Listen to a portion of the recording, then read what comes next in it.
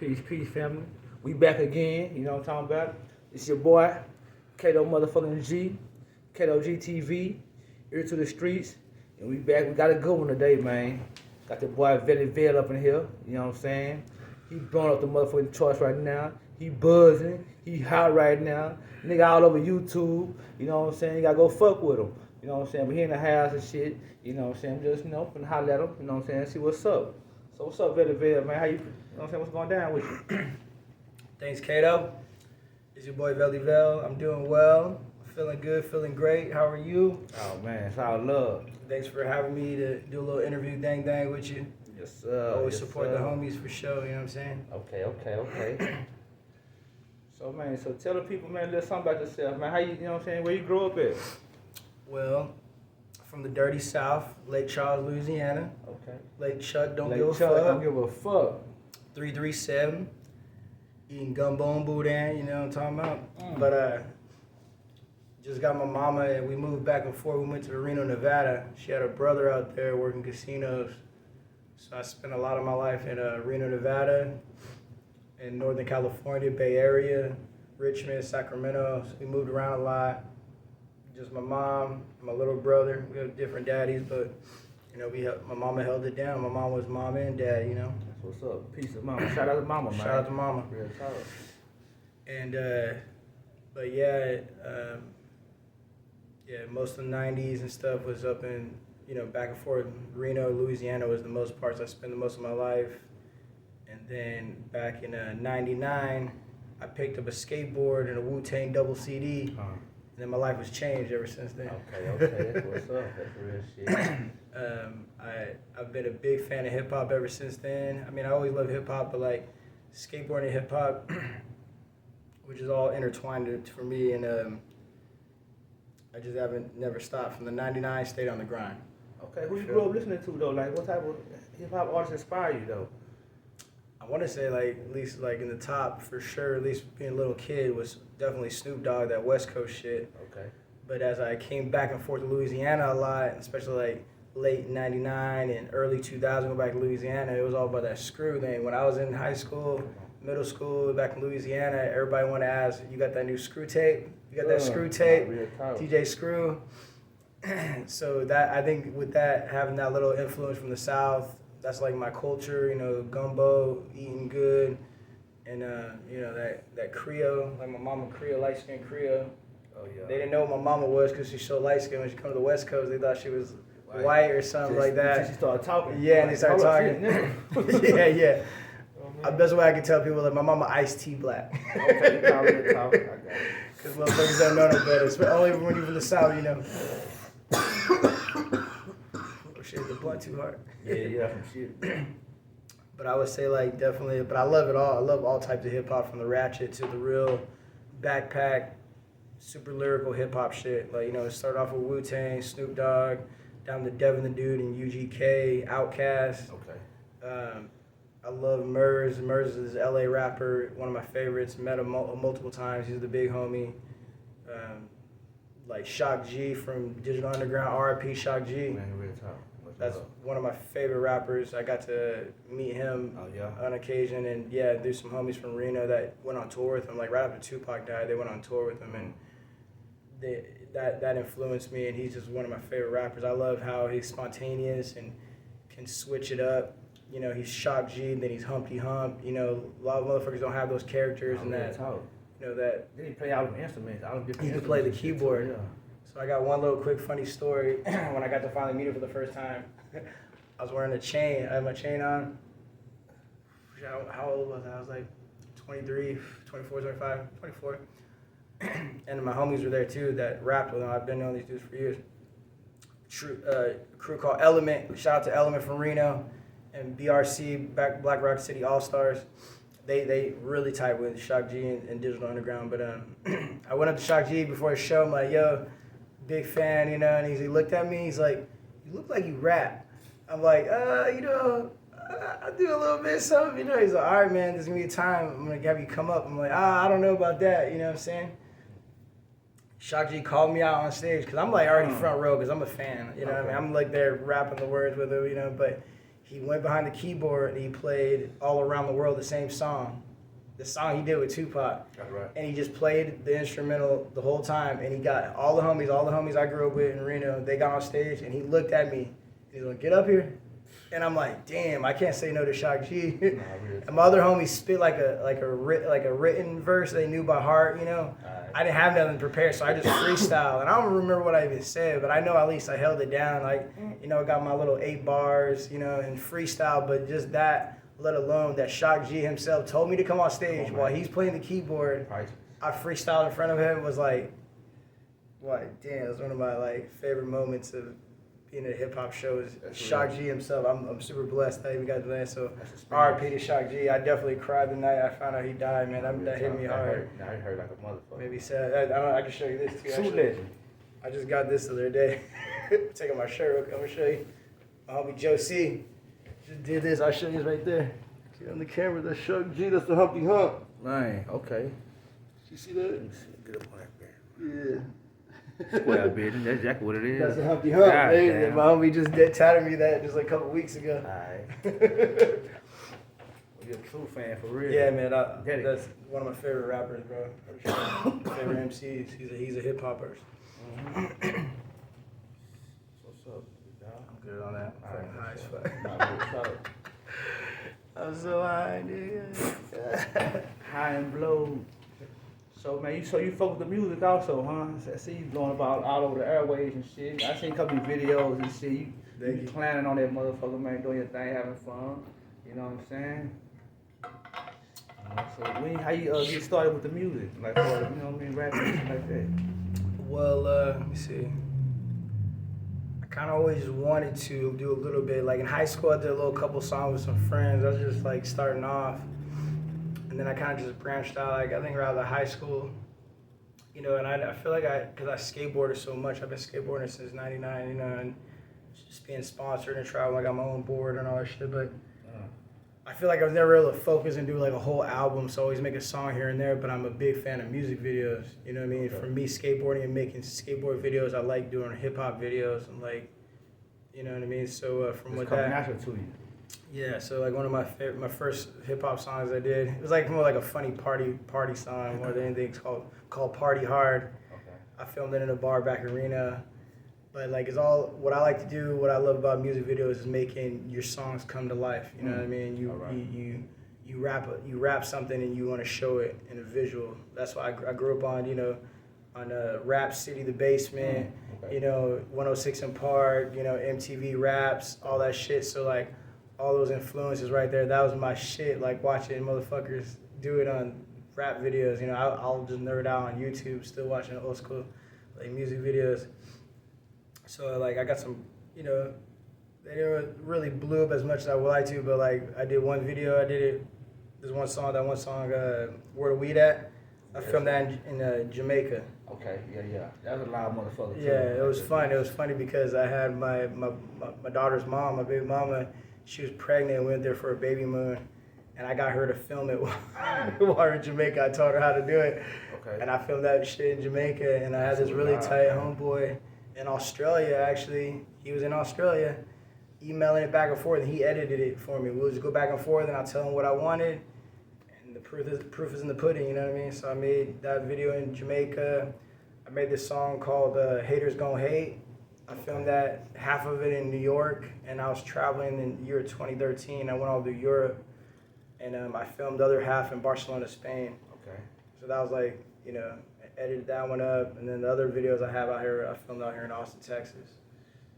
Yeah, I like that Tito's too. Tito's. Man, give the people your plug so they can just, you know what I'm saying, so they can check you out and shit, you know what I'm saying? All right, you can check me on Spotify. You can look up Velly-Vell. Tito's for the Freaks, Tito's the number 4, DA Freaks, Tito's for the Freaks. I made this song, and I'll be dropping up some more older songs and putting some new songs in there soon as well. And then you can look me up on Velly-Vell 775 on YouTube, and you can find me on Instagram, Frodizzle, FRODIZZLE. Yeah, check them out, man. Check them out, man. Hot, man, for real. Make sure y'all subscribe to Kato G TV, man. Here to the streets, man. Don't fuck with me. Kato TV. Yeah, dig. I let your boy, man, for real. You know what I'm saying? We're trying to do big things for the city. You know what I'm saying? We're gonna be the voice for the streets. You know what I'm saying? But anyway, back to Velly-Vell, man. You know what I'm saying? This boy hit deep. But always shout out to KWG. Got real spill. A real one. What else you think? Man, shit. So, man, I like how you musically inclined, but so you been doing a lot of traveling and shit though. Also, man, you say you been like fucking Israel and all this shit, man. Yeah. You know what I mean? Give me the insight on the. You know, cause I ain't never really been out of Texas, man. You know what I'm saying? Really saying shit. You know what I'm saying? So tell me how it is over there, like overseas, man, over there Israel and shit, man. What you see? Man, the world is crazy. You seen the pyramids and shit? Yeah. Man, give some insight on that, man. Well, I'll say this just for anybody out there, and especially being an Afro-American like I am, I will say, like, one important thing to do is to get a passport. Being an American, to say that, you know, as long as you got your shit together and you get no felonies, and I think even if you do have felonies, you can still work it out and still get a passport. You can probably still go to certain countries. Canada is a little bit harder. You can't really even go to Canada with a DUI. But I still managed to go to Canada. I don't have a DUI, but I have some other shit. But with that being said, just to motivate other brothers, when you get a passport, you have more access around the world compared to other people around in the world. Like America has one of the most access to a lot of countries. And with that being said, you know, you can do whatever you want in your hood and ball out, buy some J's and do that shit, but go to like some of these countries like in Asia. I never been to Asia, but I've been a lot through Central America. I've been to South America, nigga. And I hate that you say it like this, but I feel like a rich white dude going into Colombia, Nicaragua, Mexico, because, you know, you can ball out and you can like get room service. You can get a dope ass hotel.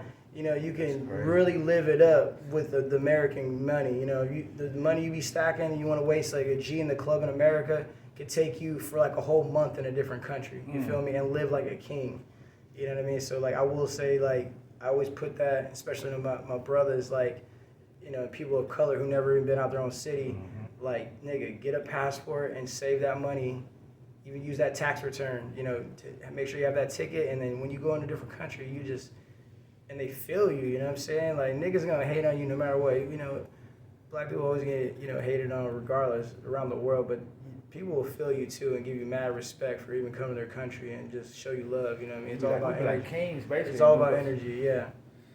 I felt like, you know, it was tight. So, anyways, I've been all through Europe a lot. I've been at least like 15 countries through Europe. I got really lucky. I got to travel with one of my big bros, Jamal. Shout out to Jamal.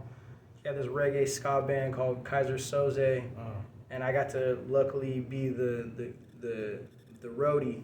So all I did was help them with the instruments inside the shows, and I sold their merchandise and chopping it up with people through, you know, Slovakia, Slovenia, Poland, Germany, France, Italy, Spain, Amsterdam, you know, Netherlands, Belgium, all that shit. So it was like a very blessed experience to do that. I've been to the Middle East. I've been to Palestine and Israel. I volunteered with this group called Skate Pal, which is an organization that I taught kids how to skateboard after school in Palestine. That's what's up. The things about Palestine too that people don't know, you know, everybody kind of gets an idea of the conflict between Israel and Palestine, but it was crazy being a black American. And I had to, you know, I got to party and chill in Tel Aviv in Israel. I got to party and chill, whatever, it's all nice. And then go on the other side of the wall, which is all desert and fucked up looking kind of in Palestine. Right. And you can see the difference and how they live. And that's on the side of the wall. So I had to bring skateboards with me. I brought a bunch of donated skateboards from companies from California and stuff like that. I brought like a bag of skateboards because you can't just ship nothing to Palestine. Okay. It goes to the Israeli government to even get there. So I actually had to bring it myself. So I brought packets of skateboards through the wall with all the crazy armed guards from Israel to bring to the kids, and it was these cool 2 small villages that have a skate park, and I got to kick it with kids and teach them how to skateboard. That's real. It was beautiful. And then with that trip being said, I did like 2.5 weeks in Palestine, and then since I'm on that side of the world, I imagine like I might as well try to go to Egypt because I don't know when I'm gonna be on the other side of the world. Come on, man. So I did a quick flight to Egypt for like 5 days, and that was beautiful, bro. Like that's where a lot of shit started. You know what I'm saying? So I got to go inside the pyramids. And like I would say, anybody, please just go check that out. And it was the easiest thing, bro. Like like I said, American money goes a long way. Like I feel like a baller with Egyptian pound, with Egyptian money. Like I feel like a baller. And get this, American dollars. I paid 45. Me and the other dude, 45 American dollars each to pay for our own personal driver and a personal tour guide. So it's just me and him in the back of in this taxi, and he took us all through Cairo to the pyramids, to the gift shops, to dinner. $45, and we tipped him like a 20 at the end, but like that was money for them, and that was nothing. You know what I mean? Motherfuckers spend that more like eating out or in the club. $45 American each. I got to see all of these pyramids and see all this tight ass shit. It was like one of the best experiences I ever did. It was worth it. Best 45 you ever spent. Shit. See all this shit from 4,000 years ago. Shit like going inside and see the hieroglyphs and see like Christian crosses. Yeah. They write it so detailed, and you see a Christian cross. You see a cross, you think of Christianity. But this is before Christian. This was way before Christianity. Before Jesus was even born or even thought of. These Egyptians been running and doing shit. It's way deeper understanding, way deeper meaning to it. It's a mind fuck. That's incredible, bro. It's crazy. Real talk. It has to be a experience to remember. You know what I'm saying? Forever, a lifetime. Lifetime. You know what I'm saying? Closest I got to Egypt was on the internet. You know what I'm saying? For real, I've been all through the pyramids on the internet. You hear me? No, but it's I'm gonna touch that bitch. It's something when you go right in front of it and see that, and I think where my mind went is just trying to imagine how it looked like in its prime. You know what I'm saying? Not real talk. So this is like thousands of years old. You only can think like so many different people and came and conquered it too. And all that shit used to be like grass. It used to be like grass and like all pimped out. Yeah, vegetation and shit. Wasn't all desert back in the game. But you know what I'm saying? One thing I always think about too, how those pyramids are standing. And there's pyramids all over the world. Yeah. But when you think about it, you think about our structures this day and age. You know what I mean? Like we get these nice, cool buildings in Dubai and all that shit. Even downtown Austin starting to look like Dubai. Some of the buildings, right? No, real talk. But all shit, when shit gets all fucked up years later. You think those buildings will still be standing like the pyramids, thousands of years from now? Nah. Nah, those pyramids were built to fucking last, man. For generations and generations. It's crazy to think about like that. Yeah, that's some sacred knowledge, man, to put them bad boys up right there. Yeah. You know what I'm saying? Not only that, even the paint on the walls is still like, you know what I'm saying? you paint a house like today, that motherfucker, you gotta paint it again the next year. So they were using some powerful paint, man. That shit that lasts like for years like that. And one thing was like cool to see, how like, just, over time, a lot of things get whitewashed. Yeah. And over time, but like I went inside those pyramids and you see like there's like a pharaoh and there's one picture I remember I took a picture of it inside the pyramid. He had a cane. It was like a staff, right? Okay. And it was a big ass him as the king, right? And had his son holding the staff at the bottom because that's who was going to get passed on to, you know what I mean? And the thing is, looking at it, like, especially looking at it, it's preserved, it's like still standing. Those niggas had our skin color. They weren't white. Come on, bro. You know what I'm saying? Like, that was like, the proof is in the pudding right there, you know what I mean? Those are the people that are running shit, you know what I mean? And it's all like... And it's still there. It's still there. I feel like everybody should go and witness that, man. I'm trying to get that right now. I want to, that's one of my dreams to get that bad. I think we're still always slowly digging up shit that we don't know about, and we're always learning something new every day, which is, I'm a nerd about that. I love it. Not real talk. It's a phenomenal how, it's I can't stop thinking about, like, some people are super into sci-fi, but I'm into history. I just love learning about It's learning addictive. more. Yes, it's definitely addictive. You know what I'm saying? But it's sad. I waited to get out of school to get, you know what I'm saying? It wasn't until I had a daughter you know what I mean? that all the videos I'll fall asleep in high school and shit or in class, like about history, I'll fall asleep in school.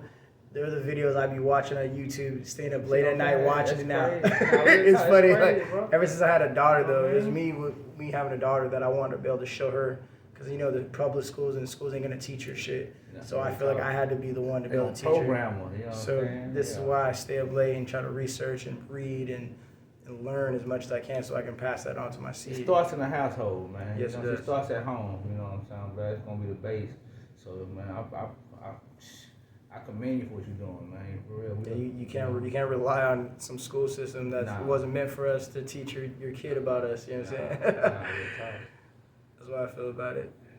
That's real, man. Velly-Vell, man. It been real, man. You know what I'm saying? I just wanted to chop it up with you, man. Tap your brain. You know I appreciate what I'm saying? you, man. Pick your brain real quick. You know what I'm saying? Let the people know you. You know what I'm saying? Get more in depth with you. You know what I'm saying? And shit, we definitely gonna get you back on the show, bro.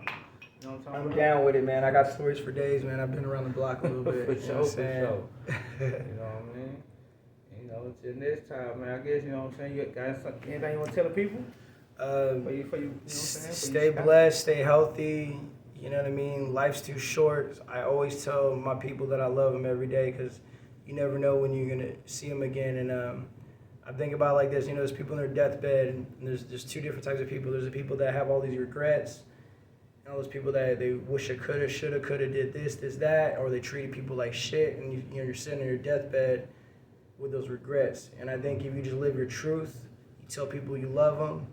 When it's your time to go, it's your time to go, and you have no bads in your no bad in your system, in your bones, knowing you didn't do no people wrong, you lived your truth, you loved hard as you could, you did the best you could. That's all you can do, and I think I always try to live like that. I lost one of my best friends at 19 years old, and it made me realize life's too short, and also it made me less scared of death because if your homie's already there, you know what I mean. I feel in my heart and my soul that I'll see him again, and it'll be all right. You know what I mean? And just always live your life to your fullest. You can't be living scared. You can't be living in fear. You can't be scared to reach out and try things because how are you gonna get nowhere if you don't try? A closed mouth don't get fed. Don't be scared to ask for help if you need help. Times is tough. This mental health is really real. I lost people with depression as well. I hate to get too real, but that's just how I am. And deep, but life's too short, so just tell They need people to you love hear that, them. man. Real talk, man. Much love, baby. Yeah, always, For man. real. Peace. KOG TV, man. Ear to the streets. Kiddo TV. Gone. Shout out to the G.